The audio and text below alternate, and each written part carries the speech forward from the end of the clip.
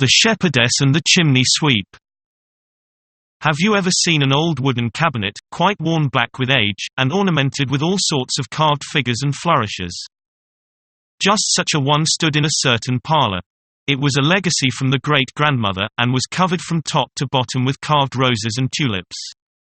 The most curious flourishes were on it, too. And between them peered forth little stags' heads, with their zigzag antlers. On the door panel had been carved the entire figure of a man, a most ridiculous man to look at, for he grinned, you could not call it smiling or laughing, in the drollest way. Moreover, he had crooked legs, little horns upon his forehead, and a long beard. The children used to call him the crooked-legged Field Marshal Major General Corporal Sergeant, which was a long, hard name to pronounce. Very few there are, whether in wood or in stone, who could get such a title. Surely to have cut him out in wood was no trifling task. However, there he was. His eyes were always fixed upon the table below. And toward the mirror, for upon this table stood a charming little porcelain shepherdess, her mantle gathered gracefully about her and fastened with a red rose. Her shoes and hat were gilded, and her hand held a shepherd's crook. She was very lovely. Close by her stood a little chimney sweep, also of porcelain. He was as clean and neat as any other figure. Indeed, he might as well have been made a prince as a sweep, since he was only make-believe. For though everywhere else he was as black as a coal, his round, bright face was as fresh and rosy as a girl's. This was certainly a mistake, it ought to have been black. There he stood so prettily, with his ladder in his hand, quite close to the shepherdess. From the first he had been placed there, and he always remained on the same spot. For they had promised to be true to each other. They suited each other exactly, they were both young, both of the same kind of porcelain, and both equally fragile. Close to them stood another figure 3 times as large as themselves. It was an old Chinaman, a mandarin, who could nod his head. He was of porcelain, too, and he said he was the grandfather of the shepherdess. But this he could not prove. He insisted that he had authority over her. And so when the crooked-legged Field Marshal Major General Corporal Sergeant made proposals to the little shepherdess, he nodded his head, in token of his consent. "You will have a husband," said the old mandarin to her. "A husband who, I verily believe, is of mahogany wood. You will be the wife of a Field Marshal Major General Corporal Sergeant, of a man who has a whole cabinet full of silver plate, besides a store of no one knows what in the secret drawers." "I will never go into that dismal cabinet," declared the little shepherdess. "I have heard it said that there are 11 porcelain ladies already imprisoned there." "Then," rejoined the mandarin, "you will be the 12th, and you will be in good company. This very night, when the old cabinet creaks, we shall keep the wedding, as surely as I am a Chinese mandarin." And upon this he nodded his head and fell asleep. But the little shepherdess wept, and turned to the beloved of her heart, the porcelain chimney sweep. "I believe I must ask you," she said, "to go out with me into the wide world, for here it is not possible for us to stay." "I will do in everything as you wish," replied the little chimney sweep. "Let us go at once. I am sure I can support you by my trade." "If we were only down from the table," said she. "I shall not feel safe till we are far away out in the wide world and free." The little chimney sweep comforted her, and showed her how to set her little foot on the carved edges, and on the gilded foliage twining round the leg of the table, till at last they both reached the floor. But, turning for a last look at the old cabinet, they saw that everything was in commotion.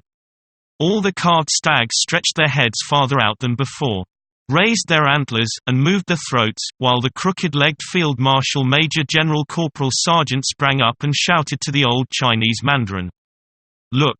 They are eloping! They are eloping!" They were not a little frightened at this, and jumped quickly into an open drawer in the window seat.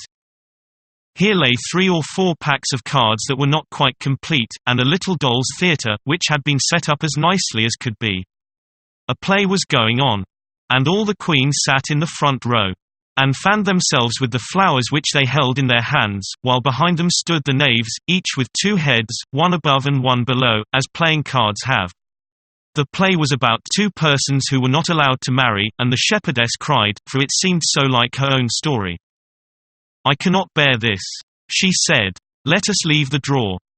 But when she had again reached the floor, she looked up at the table and saw that the old Chinese mandarin was awake, and that he was rocking his whole body to and fro with rage. "The old mandarin is coming!" cried she, and down she fell on her porcelain knees, so frightened was she. "I have thought of a plan," said the chimney sweep. "Suppose we creep into the jar of perfumes, the potpourri vase which stands in the corner. There we can rest upon roses and lavender, and throw salt in his eyes if he comes near." "That will not do at all," she said. "Besides, I know that the old mandarin and the potpourri vase were once betrothed. And no doubt some slight friendship still exists between them. No, there is no help for it. We must wander forth together into the wide world." "Have you really the courage to go out into the wide world with me?" asked the chimney sweep. "Have you considered how large it is, and that if we go, we can never come back?" "I have," replied she. And the chimney sweep looked earnestly at her and said, "My way lies through the chimney. Have you really the courage to go with me through the stove, and creep through the flues and the tunnel?" "Well do I know the way. We shall come out by the chimney, and then I shall know how to manage. We shall mount so high that they can never reach us, and at the top there is an opening that leads out into the wide world." And he led her to the door of the stove. "Oh, how black it looks," she said. Still she went on with him, through the stove, the flues, and the tunnel, where it was as dark as pitch. "Now we are in the chimney," said he. "And see what a lovely star shines above us." There actually was a star in the sky, that was shining right down upon them, as if to show them the way. Now they climbed and crept, a frightful way it was, so steep and high. But he went first to guide, and to smooth the way as much as he could. He showed her the best places on which to set her little china foot, till at last they came to the edge of the chimney and sat down to rest, for they were very tired, as may well be supposed. The sky and all its stars were above them, and below lay all the roofs of the town. They saw all around them the great, wide world. It was not like what the poor little shepherdess had fancied it, and she leaned her little head upon her chimney sweep's shoulder and wept so bitterly that the gilding was washed from her golden sash. "This is too much," said she. "It is more than I can bear. The world is too large. I wish I were safe back again upon the little table under the mirror. I shall never be happy till I am there once more. I have followed you out into the wide world. Surely, if you really love me, you will follow me back." The chimney sweep tried to reason with her. He reminded her of the old mandarin, and the crooked-legged field marshal Major General Corporal Sergeant. But she wept so bitterly, and kissed her little chimney sweep so fondly, that he could not do otherwise than as she wished, foolish as it was. So they climbed down the chimney, though with the greatest difficulty, crept through the flues, and into the stove, where they paused to listen behind the door, to discover what might be going on in the room. All was quiet, and they peeped out. Alas! There on the floor lay the old mandarin. He had fallen from the table in his attempt to follow the runaways, and had broken into 3 pieces. His whole back had come off in a single piece, and his head had rolled into a corner. The crooked-legged field marshal Major General Corporal Sergeant stood where he had always stood, reflecting upon what had happened. "This is shocking," said the little shepherdess. "My old grandfather is broken in pieces, and we are the cause of it." And she wrung her little hands. "He can be riveted," said the chimney sweep. "He can certainly be riveted. Do not grieve so. If they cement his back and put a rivet through his neck, he will be just as good as new, and will be able to say as many disagreeable things to us as ever." "Do you really think so?" asked she. Then they climbed again up to the place where they had stood before. "How far we have been," observed the chimney sweep. "And since we have got no farther than this, we might have saved ourselves all the trouble." "I wish grandfather were mended," said the shepherdess. "I wonder if it will cost very much." Mended he was. The family had his back cemented and his neck riveted, so that he was as good as new, only he could not nod. "You have become proud since you were broken to shivers," observed the crooked-legged field marshal Major General Corporal Sergeant. "But I must say, for my part, I don't see much to be proud of.